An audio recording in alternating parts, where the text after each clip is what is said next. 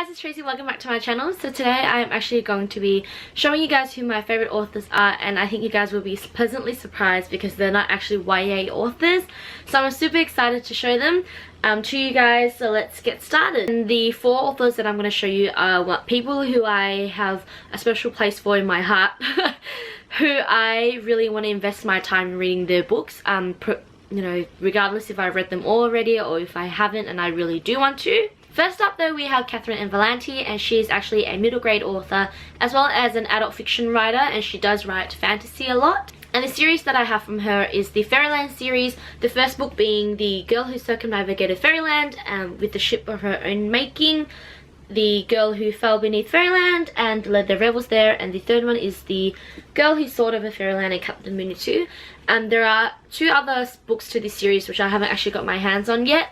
I really want them to match, and I'm so sad that this one doesn't match the first two, but this series is absolutely amazing. Catherynne N. Valente writes in a way where I just want to be in this world and want to go on the adventures that September goes on, and she's the main character of this series. I was actually introduced to her though through this book which is called Deathless, and this is a retelling of a Russian folklore of mythic tale, and it really opened up my world. It really had me invested in retellings, especially mythic retellings. I don't really tend to know a lot about Russian folklore especially, but this was absolutely amazing, and there's a second book coming out and I'm so excited. I do have a review for this and I'll leave a link down to it below, as well as any other reviews that I have for any of the books that I mention. Definitely give Catherynne a chance or check her out. She is an absolutely amazing author. So another one of my favorite authors is Kate Morton, and she's an Australian fictional writer, and she actually writes about family mysteries. Kate Morton is an amazing author. I first read her novel when I was in high school, and from then on I have been a massive fan. This is the first book that introduced me to her, and it is still my favorite book out of all the other books that I've read.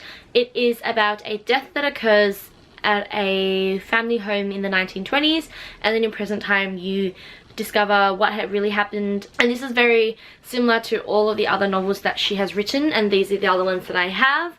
So you've got The Secret Keeper, The Distant Hours, which is this one here, and The Lake House, which is the recent one that I've read.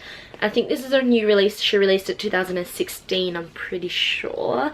Out of all of them, they all have massive plot twists, and I think that The Distant Hours actually has my favorite ending, my favorite plot twist to the entire story. It is a fascinating novel actually. It's very complex, and the way that she writes weaves in present versus future, present versus past, so you get it through retellings, and it's in a very compelling and thrilling way, and you just want to know, just want to keep finding out, and I just think that's an absolutely successful way in writing a mystery. Definitely check out Kate Morton. And then we have the ever so lovely Philippa Gregory, and this is the first book that I read from her, The Other Berlin Girl, and is actually one of my favorite novels by far, top 5 in my reading experience. This one retells a story about King Henry VIII and Anne Boleyn, but in this perspective of Anne Boleyn's sister, Mary Boleyn, hence The Other Boleyn Girl, and how Anne Boleyn rises up to fame, and then her eventual death at the end. Philippa Gregory has fed my Tudor history love, despite the fact that I know it's fictional and that she has made up a lot of it.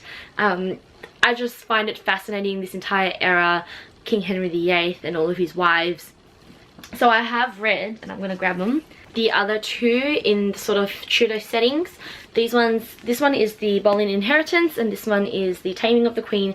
Besides the Tudor history, she's also introduced to me the War of Roses era. This is a handful to hold up, so through the War of Roses series, and this one starts off with the White Queen, and it talks about Elizabeth Woodville and how she ends up marrying the King of York. That's right, King Henry the 4th? Yeah, the 4th. Oh, I don't even know, I can't read Roman numerals anymore.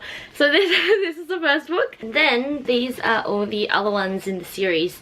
So this is the entire complete series. I know it is a handful to hold, but my favorite is still The White Queen. This is an amazing series. Philippa Gregory really outdoes herself in terms of making it actually seem really believable, and actually having her characters, you know, come to life, and that you really do invest your time in their world. And then lastly, I have a author who unfortunately isn't alive anymore. He actually passed away last year in 2015, and I do pay my respects to him, but he is one of my ultimate favorite crime authors, and his name is Giorgio Faletti, who is an Italian writer, and most of his books are now translated into English. This is the first book that I read from him. It is I Kill, and it is so gripping and so grotesque, but at the same time very, very thrilling, very compelling again. Just an amazing read. I read this in 2010, have not forgotten what's happened in it because of how memorable and how impressionable it is. And then his other novels include The Pimp, I Am God, and The Killer in My Eyes. And I'm really sad that he isn't alive anymore to write any more fascinating books for me to read, so I'm going to have to suffice with these four. But Giorgio Faletti is an amazing writer. Those are my top 4 authors that I really love to read from. I do though have special mentions to a couple of YA not authors that I am finding that I'm really liking, and these people include Michelle Hodgkin, who wrote the Mara Diaries series, still one of my favorite series as well, and she's actually coming out with a new series through Noah Shaw's point of view. Laini Taylor, who wrote the Doyle of Smoke and Bone series, and this is one of my ultimate favorite series ever. I have a full review for this on why I love it so much, and it was one of my favorite reads last year. And she has a new book that's coming out, and I'm super excited. So she's probably in the runnings to become, you know, one of my top 5 authors so far. And then we have Rick Riordan, who wrote the Percy Jackson series and then every other companion series to this novel. Rick Riordan writes in a really fascinating and magical way. He's a middle grade author, but it's so hilarious reading through his characters. He really does give them character. They've all got their own personalities, which is really good to read from. And also Michelle Jaffe, who is a YA novelist, and she writes a lot of different genres. So you've got sci-fi, which is Minders, Rosebush, which is actually a thriller novel, and Bad Kitty, which is mystery slash, I guess, contemporary. And this is actually a series, and it's one of the most funniest novels that I've ever read.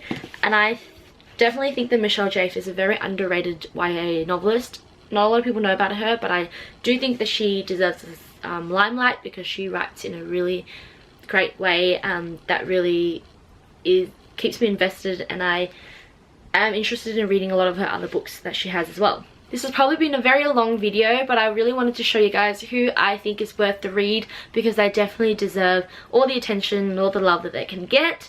Leave a comment down below telling me who your favorite author is, and I would definitely love to check them out as well. I am always on the hunt for new reads to read from. That's about it for today. I hope you guys have a great day, and I shall see you guys soon. Bye!